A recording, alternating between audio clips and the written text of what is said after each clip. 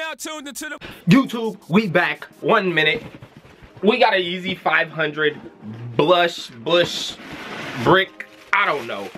All I know is this was the easiest Yeezy release of all time.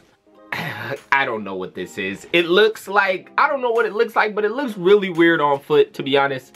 I couldn't do it. I'm not rocking them. I have a size 12. I'm not wearing this mug. I don't like how the tongue is like, you know, it just seems weird. It seems like too big, and then it's like two sides of the shoe. I don't know. But it's a Yeezy without boost, so you never know how it was gonna do. I kind of figured the prices would drop. Now you can get it, you know, 20 over retail, 40 over retail, but Westbrook, stat pad, brick, I don't know, man. All I know is I'm not rocking. Are you?